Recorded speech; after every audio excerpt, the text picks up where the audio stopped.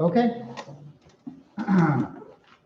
So, this being the first Sunday in Lent, there's obviously going to be kind of a Lenten angle to all the readings. I thought rather than do the Mark Jesus in the wilderness, that we would take the reading that's maybe a little more interesting, as far as we don't talk about it very often at all, and that would be our epistle. But I've also printed out the Genesis reading about the conclusion of the Noah story at the same time, because it will refer to that in 1 Peter. So if we ever, when we get to that point, if you want to look back up and see exactly what it says, it's all there.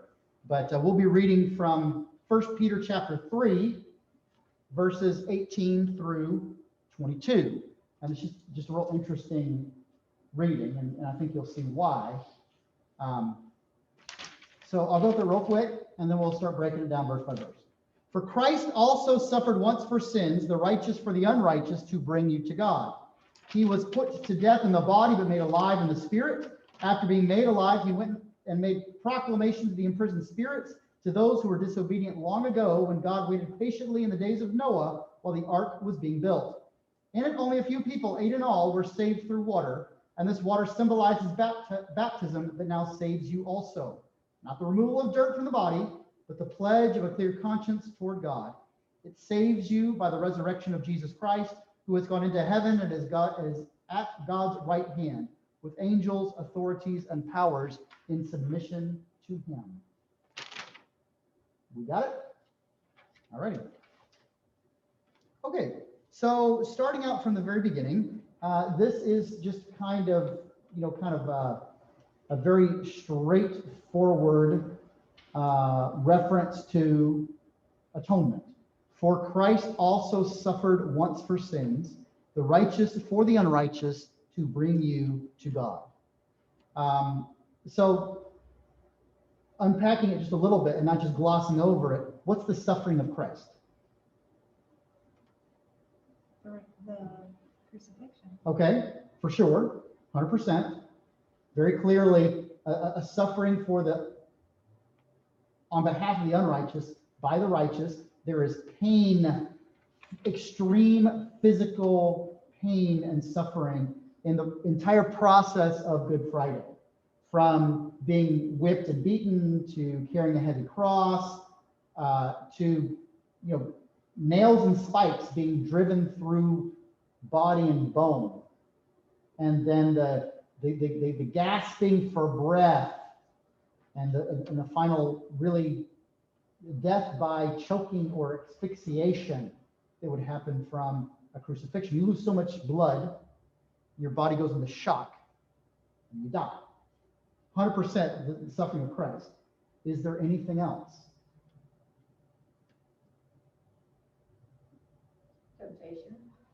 Temptation in the wilderness.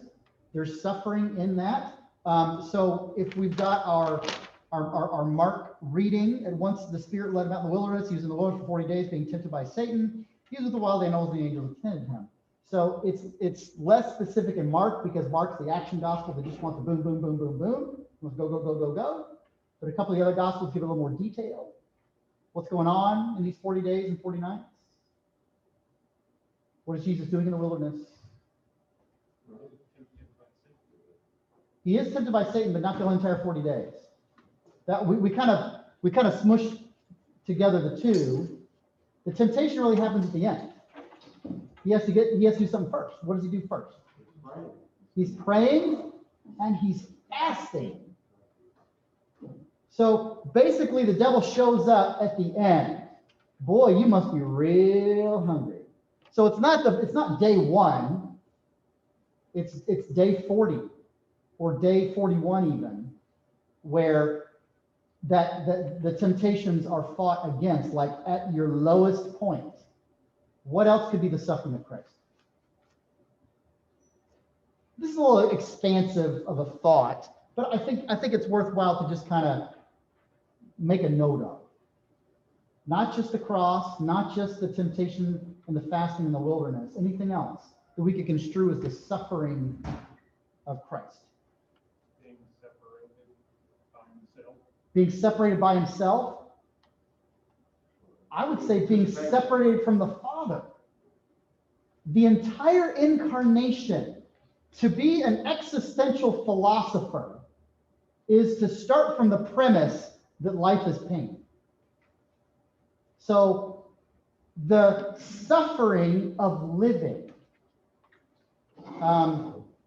Anybody wake up this morning feeling sore or stiff? You suffered because you were alive. If you were dead, you wouldn't be sore or stiff, right? If you never existed, you wouldn't be sore or stiff, right? Anyone ever been sad? Anyone ever have heartbreak? Anyone ever see someone that they love suffer and it hurts you? Anyone ever have to say goodbye to someone that they loved as they died? If you never existed, you would have never experienced that. I'm going to just throw it out there. It may or may not be exactly what this passage is stating, but to just kind of take the seriousness of the incarnation. Jesus willingly suffers, not just on the cross. He suffers being human, which was unnecessary, but was a choice of love. Jesus chooses the incarnation. God chooses this method of salvation that he would understand our day-to-day lives, our aches and pains, our sorrows, and our suffering. So 100%, this is talking about the cross, but that's not the only suffering of Christ that the righteous endures on behalf of the unrighteous. Being here at all is a choice of love that he makes for our sakes. Does that make sense? It's just it's kind of a minor point, but I think it's just something worth noting. Okay. He was put to death in the body, but made alive in the spirit.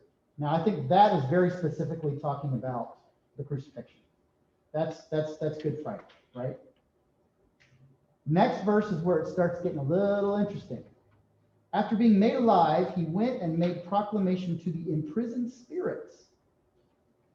What in the world? Well, isn't that the Apostles' Creed where he descended to hell? Oh, if anybody ever asks about that, what is this descendant to the dead stuff? What's this descendant into hell, depending on the language?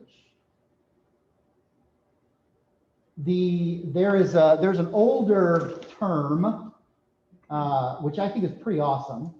You don't tend to come across it anymore. It's very King James-ish to describe that process.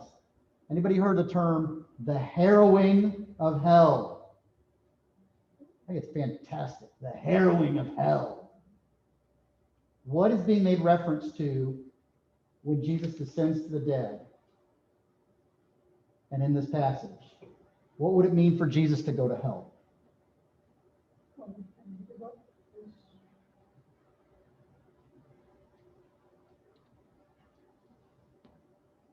Well, it would mean, for one thing at least, that as a man it would be punishment. As God, it would be a way to speak to those that were already there. Aha. Okay. So it's less vague. Okay. And we have to keep kind of light grip on this. Many doctrines have been built on top of this that may or may not be actually true, but we're working with the best and what is something of a holy mystery. However, I do think the verse talks about the imprisoned spirits with some detail, because what gets referenced next? Those who were disobedient. Those who were disobedient long ago. What does that mean? They didn't listen. How long ago? Before Christ, for sure. In the days of Noah. Okay, it's actually specified in this one, the days of Noah. Okay, now, flip to the front just to see where in the Bible, we know the Noah story is in Genesis, but where in Genesis? No. Chapter 9. Now, if that doesn't place it in context for you, let me tell you, that's really early. 9 doesn't sound really early, but it is. You know, Adam and Eve and stuff, that's like 5 or 6 chapters just there. So this is before or after Father Abraham, who had many sons, and many sons had Father Abraham. Before or after? Before. Way before. Okay, way before. So is there the laws of Moses for these people to understand, to know, and to follow? The people of the time of Noah? No. Is there a promised land and an Israel? No. No. Is there a chosen people? Not yet. So we can start kind of taking some contextual pieces and trying to make some sense out of it. Again, keeping a light grip, because this is still sort of mysterious. How this fits into our head, I'm not 100% sure all the time. This can be a time, however, where folks like the church fathers, I think, can be helpful. Now, I'm a big proponent of reading the fathers, of understanding the fathers. These are the saints in the early times of the church who wrote and taught and lived in such a manner that the church is kind of understood as very foundational and, you know, can be listened to forever. And a lot of stuff we take for granted is built on some of these suppositions. So being a church father doesn't make what they say necessarily right. However, if you were trying to understand something in a foreign language, would you get more understanding reading, you know, the interpretation, like interpreting word for word through a foreign language translation dictionary, or speaking to someone from that country? Okay, because sometimes the word for word isn't exactly what's conveyed. Especially stuff like an idiom. You know what an idiom is? Like you're pulling my leg. When we say you're pulling my leg, you don't really mean you're grabbing my leg and yanking it. It means you're trying to fool me or trick me or you're joking with me. That's an idiom, and it doesn't translate real well because other cultures don't use that same idiom to mean the exact same thing. I remember, like, if you learned schoolboy Spanish, the schoolboy Spanish equivalent of you're pulling my leg. Anybody remember? You're drinking my hair. What? I don't know, but if you think about it, it's not that much weirder than pulling somebody's leg to mean fooling them.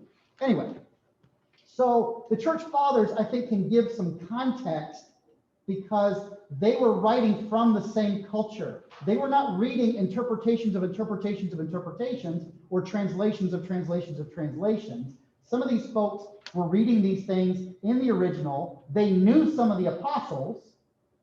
Some of them were taught by them or taught by those who were taught by them. So there's some context here of if they understood something in a particular way, I think it's at least worth acknowledging and having in the conversation. This is like bringing in somebody from that foreign language, from that foreign nation to explain what the saying. Does that mean they're right because they were from that foreign language, from that nation? Could they get it wrong? Sure. They could, but I think it might be helpful context. So the concept of the harrowing of hell, Jesus preaching to the captives, especially coming from this verse, the church fathers seem to think in these terms. Before there was a law, how are people judged? There's no law of Moses. There's no chosen people or promised land. This predates all of that. On what criteria are they judged? And basically, we would be in the natural law. These are the laws that God kind of writes in the fabric of the universe, which reflect his universal character. You know, a lot of the 10 Commandments are universally understood culture by culture because that's the way that the world is intended to work. So you can violate that natural law. This is getting back to like the first 3 chapters of the book of Romans, where Paul is saying, even though you didn't have the law, doesn't mean you're not under the law, because the law, before it was given to you on stone tablets, was written on your heart. It's written in the world, and you have violated your own conscience. Everybody has fallen short and sinned. So, what is, well, I got somebody. What is the hope of forgiveness and redemption for those who live and die before the law?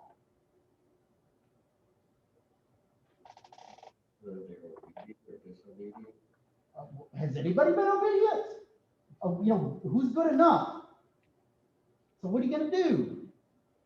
Again, the church fathers would say the harrowing of hell, the preaching to the prisoners. This is the time of the patriarchs, and before, this is their opportunity to hear the good news. So, in essence, let's take it to a philosophical question. You've probably encountered many times. Maybe you thought it. Maybe somebody have asked you, well, if you have to believe in Jesus to go to heaven, what about the person who lived in China 2,000 years ago? How about them? That's not fair. Well, okay, maybe it's not fair. So how does God treat those who, by nature of the timing and location of their birth, would not have had that opportunity? And I think the proper answer, the scriptural, theological, doctrinal answer is anyone who is saved, it is always by the grace of Christ. The mechanism of that happening is up to God. We know baptism, repentance, works. Could God choose a way to save those who lived 2,000 years ago in China? Of course. The answer is yes, he could. Did he? I don't know. Neither do you. But anybody who's in heaven is there by the grace of Christ. The specifics, the mechanism, whatever, that's up to God, not up to us. We know what we've been told, and it's reliable. Are there other methods? We have to remain silent about that. All right? That's the concept of the harrowing of hell. Jesus himself encounters those who have died before the promise. Jesus himself encounters those who have died before his birth, death, and resurrection, and they get to hear, and they get the chance. Is that exactly how it happened? I don't know. Is that what is implied by 1 Peter 3? Kind of sounds that way, doesn't it? You know, that is absolutely what we are affirming in the words of the creeds. Say that again, what's implied? That those who have died before Christ have had the opportunity to encounter him after their deaths in this moment. I think that's what this verse implies. I think the fathers agreed. I think that, the apostolic faith has embedded that within the creeds. When Jesus ascends to the dead, that's not just a poetic way of saying he died. Remember that when the creeds are formed, they fight over every word. Every single word has to carry freight.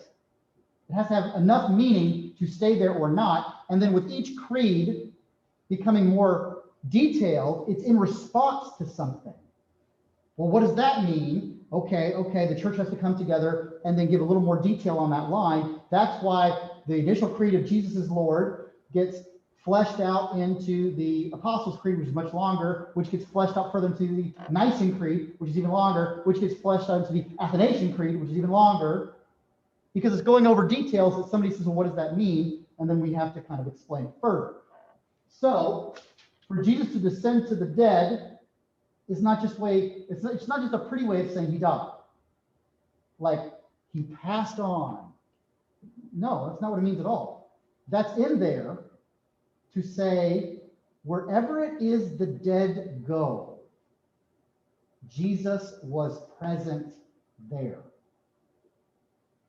Now, is this in our cosmology of salvation? Is this more of a dark waiting place Is this one of fiery torment? Is this Hades, Gehenna, hell? So there's, especially in the Old Testament, there's some vagueness there. But those who have died before the resurrection of Jesus have some sort of opportunity. And this we refer to in other places. Like King David is looking for the day of his descendant, Christ, and calls him my Lord. David dies hundreds and hundreds of years before the birth of Christ. How does he get saved if you have to believe in Jesus and get baptized? Well, he doesn't get saved that way. There has to be some other fashion. So, anyway, thoughts? What do you got? I don't like the fact that people probably have to go to hell before they even have an opportunity. I mean, is that just your interpretation? Or is So, that in scripture? Because that's really not fair. So, okay, that's a couple of points. Or a Sure, listing place. Sure, We a don't couple believe of points in there. Now, again, the Old Testament is much fuzzier Yeah. on the concept of what happens after death. And is it more of a waiting place, quiet and silent place? Is it more direct torment? And it's a little vague there.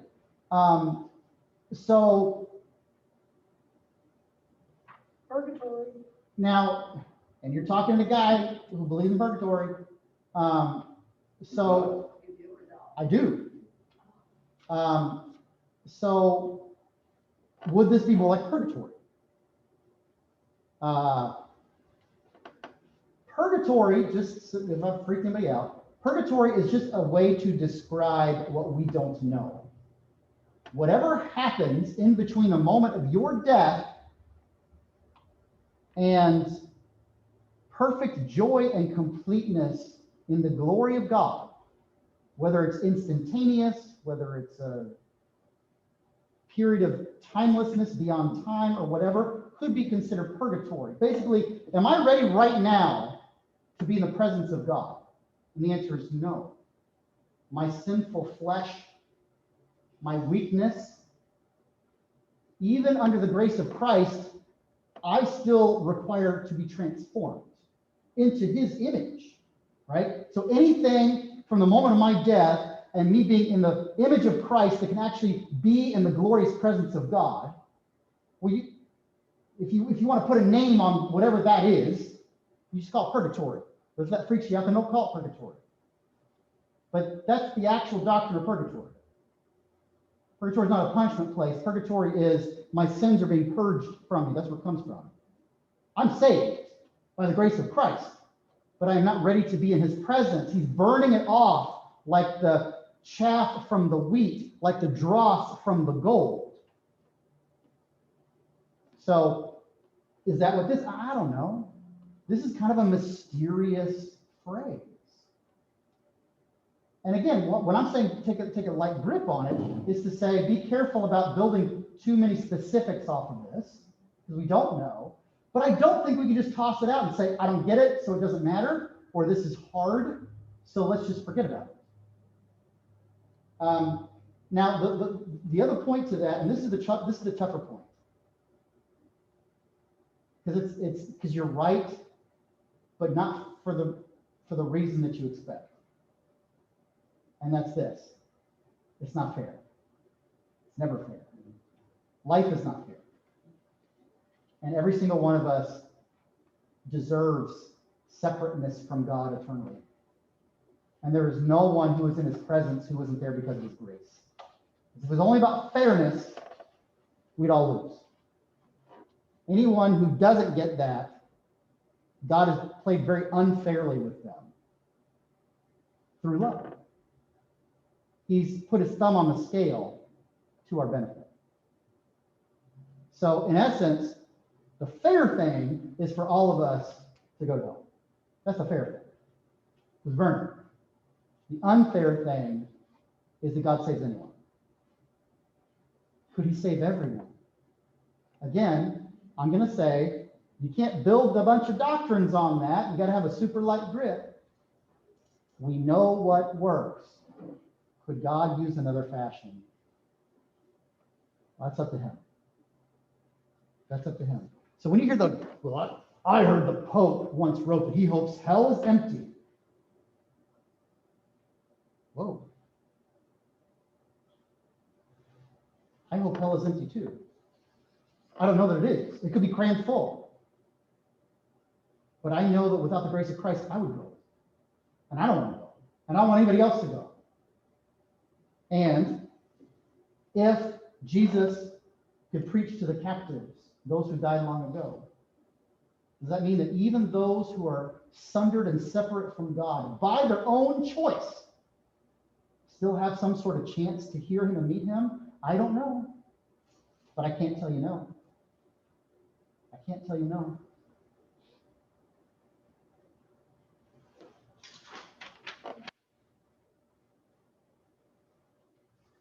It was only a few people, 8 in all, saved through water. He's talking about what? But the 8 people. The flood. The 8 people. The flood. Okay. How many people were in Noah's ark? Noah, his wife, and then Shem, Ham, and Japheth. Right? And then their 3 wives. 2, 8. Okay. So they've got 8 people out of however many. All the others are lost, but those 8 are saved. The world is made new through water. Oh, Christian symbolism. What's the symbolism? Baptism. Baptism. Baptism is chock full of all sorts of content, symbols, connections, meanings, and that happens to be one of them. It is not the removal of dirt. That is the outward and visible sign of being washed with the waters of baptism, but the inward and spiritual grace, like we would define a sacrament, is the pledge of a clear conscience toward God and your salvation through the resurrection of Jesus Christ. Like Noah and his family are saved through death and destruction by water in a boat, we are saved by water through the font of baptism. One of the reasons, there's typically 2, one of the reasons why much of traditional church architecture looks like an upside down boat. An upside down boat. You go inside a lot of churches, and the way they're built, the rafters and stuff, it looks like a boat. If you've never put that together, start looking at pictures and put it together. That's why, what is the traditional name of the main interior seating area of a church? It's called a nave, like the Navy. Now, that's 2 reasons. Number 1 is the ark saving us. What's the second reason why churches might look like boats? Jesus hung out with a lot of who? Fishermen. Yeah. All right. So baptism, this question. Noah came through it, but where did baptism come where John is finally doing this baptizing? Because it wasn't really a Jewish. Yep, sure was. Okay, tell me more about that. Okay, quickly. So baptism has a bunch of stuff all connected to it. So even in the Old Testament, so there are Jewish practices. Judaism is not an evangelistic faith. You're born a Jew. You are brought into the family. Now, can you convert to Judaism? The answer is yes, but it's complicated and it's difficult. There's an old joke that you're supposed to knock on the rabbi's door 3 times. You knock. I want to be a Jew. No, go away. I want to be a Jew. No, go away. I want to be a Jew. All right, come in, we'll talk. So they're not out to make more Jews. If you're the chosen people, you're the chosen people. But there was a process. And one of the processes was taking this ritual cleansing, which the mikvah happened regularly because of the various rules and regulations within Leviticus. These ceremonial cleansing baths. Boy, you go to the Holy Land and you will find out in the middle of the desert. I mean, at places just where there's just nothing, but they will store up enough water where they can take these ritual baths, because that was important. This cleanliness was important because it was connected to your spiritual health and life. If you touched certain things or did certain things, you were ritually unclean until you were washed. So to be a convert, you were washed ceremonially, but you also participated in something. You participate maybe through the, being saved by Noah, but more clearly for Jews, what is the fundamental story of Judaism? The Exodus. The Exodus. And how does the Exodus start? God hears their cries, he saves them from Egypt, and he brings them through the waters of the Red Sea and onto dry land. All that's wrapped up in there too. If you want to be a Jew, you have to participate in that. When they read the Haggadah, the Passover story, every year, during the Passover time, all of the pronouns are in the first person. God did not lead them through the waters. God leads us through the waters and towards the promised land. It's a way for you to connect. You who are not connected are now connected, and it's your story too. So, the baptism of John is a baptism of repentance. There's a ceremonial cleansing. Sure, some dirt gets knocked off, but even then, that is a baptism that is supposed to wash your soul as well. It lacks the Holy Spirit. It lacks the name of the Father and the Son as well. But it's not for nothing. He doesn't invent the concept, but he makes it very prominent. Because at that time and place in world and in Jewish history, it's precisely what the people needed to hear and do. And this is a way for him to prepare the way for the Lord. Jesus himself will then take what John establishes and then transform it so it lasts forever. It's kind of a sideways thing. It's quick. There's more to it, but does that kind of follow? Very good. Okay. Okay, this is a lot. This is kind of an interesting one, a lot of theoretical stuff, but we good? Very good. Thank you. There's more. You have to cut it off.